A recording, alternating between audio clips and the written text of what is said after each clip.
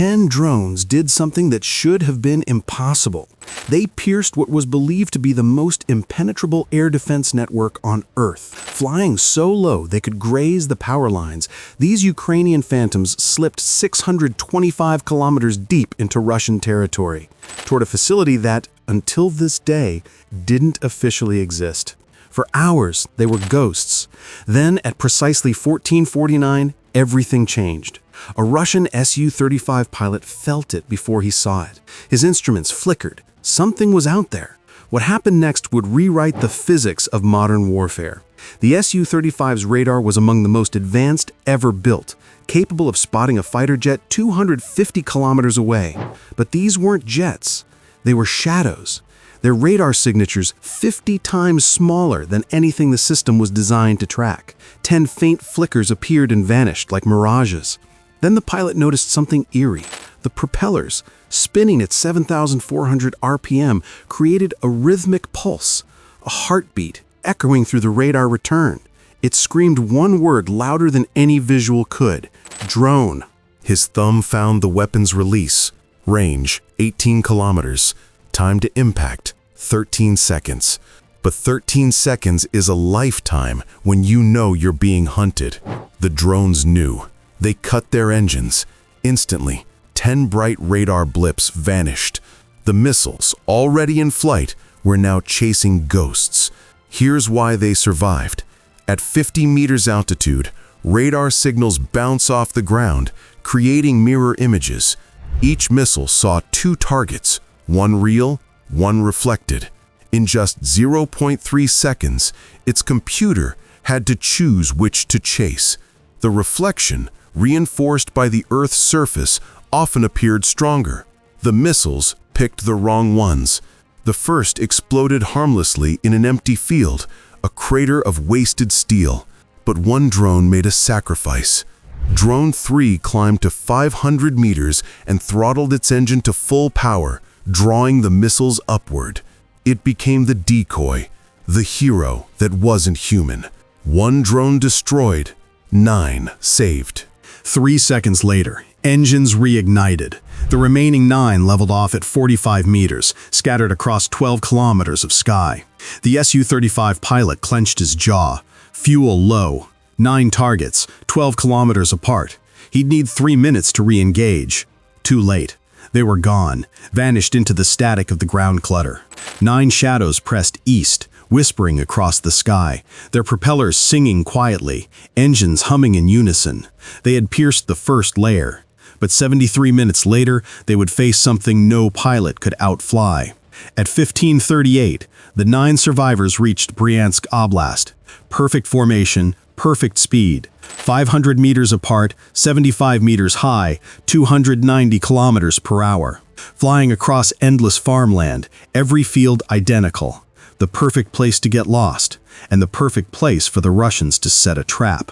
The lead drone's GPS showed 12 satellites locked, then 11, then 7, then darkness.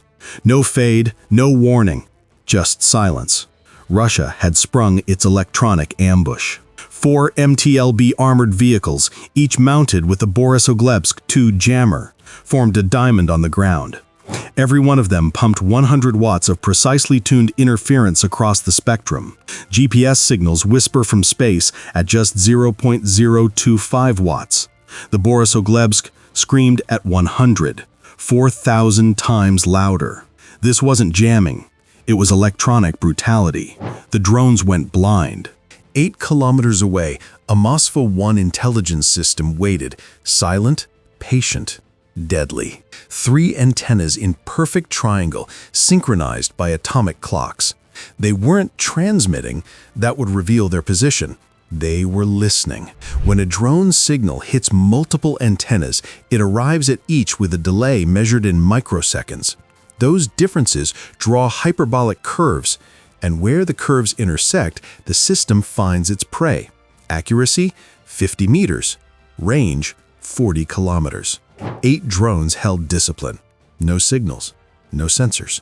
Flying blind, guided only by inertial navigation, gyroscopes spinning freely, drifting a little more with every passing second. After 3 hours of flight, their error margin was 300 meters, enough to miss the entire target. The lead drone calculated the odds, mission success dropping below threshold. Then it made a decision: sacrifice itself. At 15:41, it broke radio silence for 2 seconds, a GPS update request, a formation sync, 2 seconds of electromagnetic noise that screamed across the sky. The Moskva-1 operator's screens erupted, target coordinates locked, data relayed in milliseconds to 3 S-300 batteries. 6 missiles launched within 8 seconds. Each missile screamed toward the sky at Mach 5.5, 2 kilometers per second, 40 seconds to impact. But the lead drone had already executed its final command: bank, climb, broadcast continuously. It painted itself across every radar scope in Western Russia, a deliberate decoy. The missiles struck empty air. The 180-kilogram warheads exploded in sequence, showering steel across vacant farmland. The other 8 drones received the GPS update. Course corrected, silence restored. Their leader was gone, but his sacrifice kept them alive. Now 8 shadows moved east, ghosts again. Invisible, undetectable. They didn't know that 12 kilometers away, something entirely different had been listening. The Penicillin acoustic system, 8 microphones arranged in geometric precision, had been tracking them for 12 minutes. Originally built to detect artillery fire, it could hear a drone from 12 kilometers away. Every engine hum carries a fingerprint, a signature frequency with harmonic overtones as unique as DNA. The Chinese-made engines in these drones sang at 7,400 RPM, and the Russians knew that tune. They launched. A Tor M2 missile erupted from the forest, accelerating to Mach 2.5 in seconds, guided not by radar, but by sound. The drones heard nothing. No radar pings, no lock-ons, only the growing roar of the missile itself. At 2 kilometers, the missile's radar went active. Just 2 seconds of warning. The lead drone climbed sharply, 3 Gs ripping through its frame. The missile detonated 47 meters away, 3,500 tungsten cubes shredding the air. The drone disintegrated instantly, but its death saved the rest. The second missile launched 5 seconds later, but now the drones were erratic, throttles fluctuating wildly, 40%, 90%, 60%. The changing tones broke the Penicillin's targeting lock. Its operators stared helplessly at a screen full of ghosts.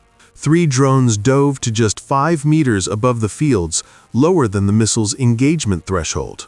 Their prop wash churned up dirt and debris as the missile detonated harmlessly above them. Another drone was hit. 7 left. Speed became their only weapon. 47 kilometers to target. 9.7 minutes. The Penicillin team relayed their coordinates to the Penza air defense network. The defenders had 9 minutes to prepare, and what they prepared was something the world had never seen. At 16:15, 6 drones crossed the final ridge. Before them, the JSC Radioad facility. 40 hectares of industrial sprawl, hundreds of cars, 300 workers assembling Russia's Polyana D4M1, the brain that coordinated the S-300 and S-400 systems. Then, 800 meters from the perimeter, hell broke loose. 4 towers around the facility activated, the Pol 21 GPS spoofing array. Unlike jammers, it didn't block signals, it replaced them. Each transmitter emitted perfect fake GPS data, showing the drones 3 kilometers south, 500 meters higher, flying east instead of north. Their instruments went mad. GPS screamed, "Turn right."